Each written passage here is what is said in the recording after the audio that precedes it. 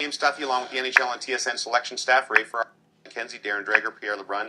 You already angered half the nation with your goalie and defense picks. We'll take care of the other half right now with your forward selections. We are going to go by line here, so keep in mind who is going to play with who perhaps. But that's not the number one priority. It's who should be on this team.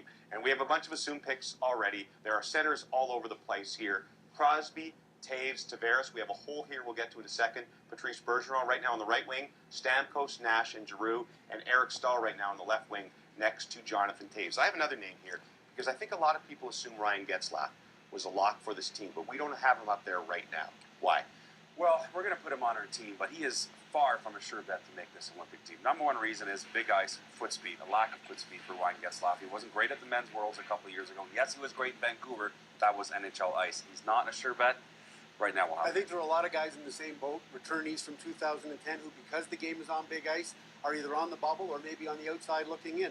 I can think of Mike Richards, Corey Perry, Getzlaf's line mate in Anaheim, maybe Joe Thornton, who doesn't play the game with as much pace as some of the younger centers they're bringing along this time. All of those guys could be in trouble this time around. Mike Babcock said 2010 is over.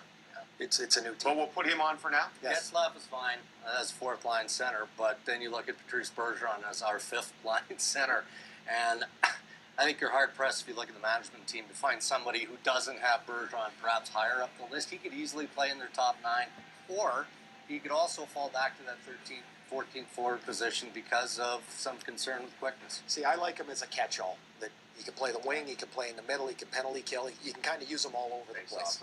Yeah. Biggest question right now, who fills in that top line spot at left wing? Who plays with Crosby? Seems to be a real difficult position because in Vancouver they went through a whole pile of guys, but Chris Kunitz is here because he plays with Sidney Crosby in Pittsburgh and has great success.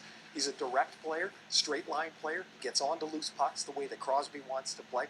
I think that's a real tough position to fill, and while some people probably might not think so, a lot of fans are going to be saying Chris Kunitz is not an Olympian. That finding that right fit for Crosby is really important. I'd have him on my team. Consensus? Pierre doesn't agree? Probably the least on Chris Kunitz. I think there's a danger of overthinking this, but yeah. You got outvoted anyway. So right now, Chris Kunitz on that top line. All right, now, who do we slot in that third left winger position? Well, I think the guy we like there is Logan Couture. Now, Logan Couture is going to have to win over Team Canada. They don't really know him. He hasn't played World Juniors or Men's Worlds, so he has that lack of international experience. But boy, versatility, his playoff performances in San Jose, high hockey IQ. Put him right there. We debated this one a lot. Are you guys okay with Couture there? Yes. that didn't sound too enthusiastic. He needs to have a good start. Let's get Couture. And now we get to the fourth line with Getzlaf. Well, I think Jeff Carter's got to come into the equation somewhere. He was the last cut at Vancouver in 2010, but we're on big ice. He's a good skater. He's a great goal scorer. He's got size and range, and I think this management team and coaching staff think he's much more ready now than he was 4 years ago. And I would extend that to Patrick Sharp as well. You know, here's a guy with a history of scoring some pretty big goals, comes from a tradition of winning with the Chicago Blackhawks, and the versatility of being a player who can play all three forward spots. So Carter on the right, Sharp on the left. Is everyone all right with that? That's good. And that comes to something we will argue for the next several months, is the last forward position. Man, all those great names there. Who do we slot in as the last one? Well, we debated this almost as much as any other point, I think, and we came to a rather uneasy consensus at Marty St. Louis.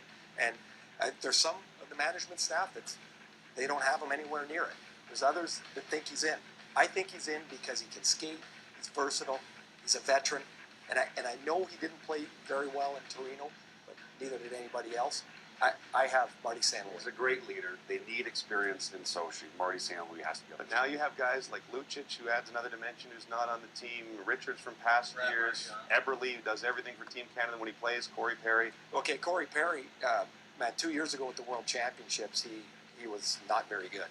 And while the players don't put as much stock in that stuff as the management team does, it's put him behind the 8 ball. And, you know, Darren mentioned Brad Marchand. Keep an eye on him. He's a wild card in this. I think they like what he could bring to that 13th, 14th, 4th spot, so they'll keep an eye on him, too.